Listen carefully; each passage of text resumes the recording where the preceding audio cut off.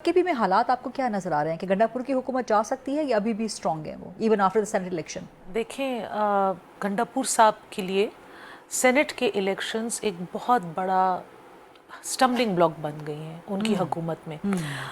सबसे पहले तो रियाज साहब ने यहाँ पे कहा कि हमारी पार्टी इतनी बड़ी पार्टी है कि हमसे लोग संभाले नहीं जा रहे।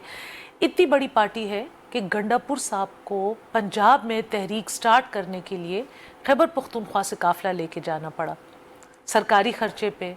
सारे MPs गए, एक बहुत मुतनाज़ा शख्सियत के घर में एक दावत हुई।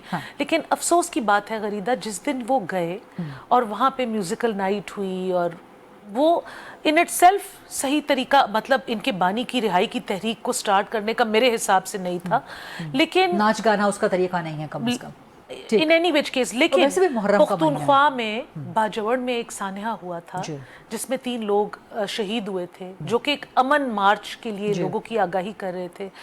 उस एपिसोड के बाद आज तक बाजवड़ बंद है, बाजार बंद हैं, लाखों की तादाद में लोग, बच्चे, स्टूडेंट्स, खवातीन वो सड़कों पे बैठी हुई हैं। कल वजीरिस्तान में एक और ट्राइबल एल्डर दावर साहब को शूट करके हलाक कर दिया गया। ये तो हालात हैं KP के। इसमें पहले तो चीफ मिनिस्टर का इन हालातों से गायब हो जाना, खुद उनको जाके पंजाब में चले जाना और फिर वहाँ पे महफिल मौसीकी और इस किस्म की एक ऑप्टिक्स, नाश्ता कर रहे हैं, गाने सुन रहे हैं, डिनर कर रहे हैं, फिर प्रेस कॉन्फ्रेंस करके वापस गाड़ियों में बैठ के जा रहे हैं।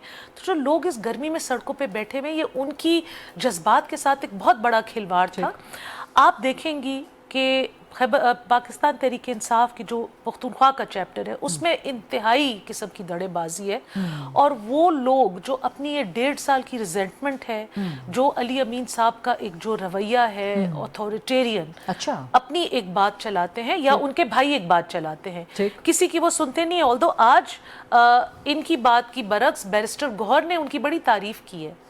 वो जब अडियाला से निकले हैं तो उन्होंने कहा है कि वो तो खान के बेस्ट खिलाड़ी हैं और फुल उनका एतमाद रखते हैं। सो इस पार्टी का अपना बयानिया बड़ा कॉम्प्लिकेटेड और ऑल ओवर द प्लेस है। लेकिन आप बड़ी पार्टी है ना, आप देखेंगे कि सेनेट के इंतखाबात में जो आज़ाद अरकान PTI से या सुन्नी इत्तेहाद काउंसिल से ताल्लुक रखते थे, उनका वोटिंग पैटर्न लोगों की सोच से बिल्कुल बरक्स होगा और ये इनका गम और गुस्सा इजहार करने का एक तरीका अभी सेनेट इलेक्शन में क्या होने जा रहा है? 5 से 6 सीटें ऑपोजिशन निकाल लेगी अगर आप लोग बना लेते हैं, कोई सीट एडजस्टमेंट कर लेते हैं। ये सीट एडजस्टमेंट के लिए आई थिंक दिन रात मीटिंग्स जारी हैं, मुलाकातें जारी हैं। एंड मौलाना साथ नाराज भी हैं नून लीग से, उनकी अपनी रिजर्वेशंस है। लेकिन सारे आपस में जितने पॉलिटिकल पार्टीज के हेड्स हैं बैठे हुए हैं, होपफुली लेकिन उससे पहले जरूरी ये है ना कि जो मखसूस नशिस्तों वाले लोग हैं, अरकान हैं, वो हलफ तो उठा लेना।